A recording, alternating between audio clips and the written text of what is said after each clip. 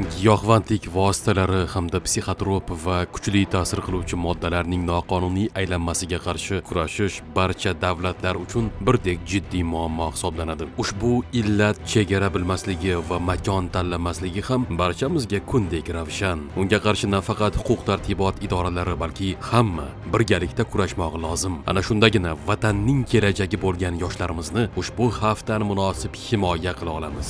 Davlat xavfsizlik xizmatining Toshkent viloyati bo'yicha boshqarmasi hamda ichki ishlar organlari xodimlari tomonidan o'tkazilgan tezkor tadbirda Toshkent viloyatining Bo'stonliq tumanida yashovchi 5 nafar aka-ukalarning yashash xonadonlari xolislar ishtirokida ko'zdan kechirildi.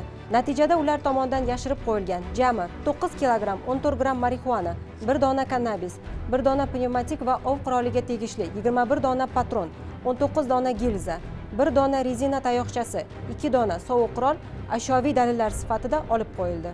Ta'kidlash lozimki, ushbu fuqarolar muqaddam giyohvandlik vositalari savdosi bilan bog'liq jinoyati uchun sudlangan bo'lsalarda o'z xatolaridan to'g'ri xulosa chiqarishmagan. Eng achinarlisi, ular 2003-yilda tug'ilgan 2 nafar farzandlarini ham o'zlarining qabih ishlariga jalb qilishgan. Shuningdek, ularning sherigi hisoblangan 1970-yilda tug'ilgan shaxsning yashash manzili ham ko'zdan kechirilganda, xonadon omborxonasi va oshxonasida jami 7 dona qog'oz bo'lagiga solingan quruq holatdagi kannabis va chekish uchun mo'ljallangan moslama borligi aniqlanib, ashyoviy dalil sifatida olindi. Hozirda ushbu shaxslarning barchasiga nisbatan jinoyat ishlari qo'zg'atilib, tergov harakatlari olib borilmoqda.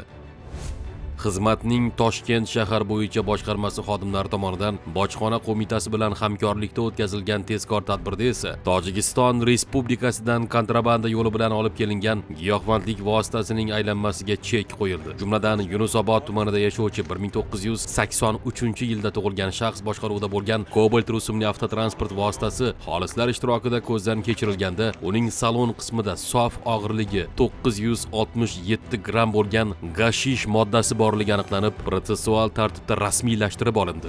Shuningdek, tezkor tadbir davom ettirilib, uning jinoiy sherigi hisoblangan 1985-yilda tug'ilgan fuqarodan ham 1 kilogramm 992 gramm gashish moddasi olindi. Hozirda mazkur shaxslarga nisbatan Jinoyat kodeksining 28 orqali 246-moddasi 2-qismi va 273-moddasi 5-qismi bilan jinoyat ishi qo'zg'atilib, qamoq ehtiyot chorasi qo'llanildi.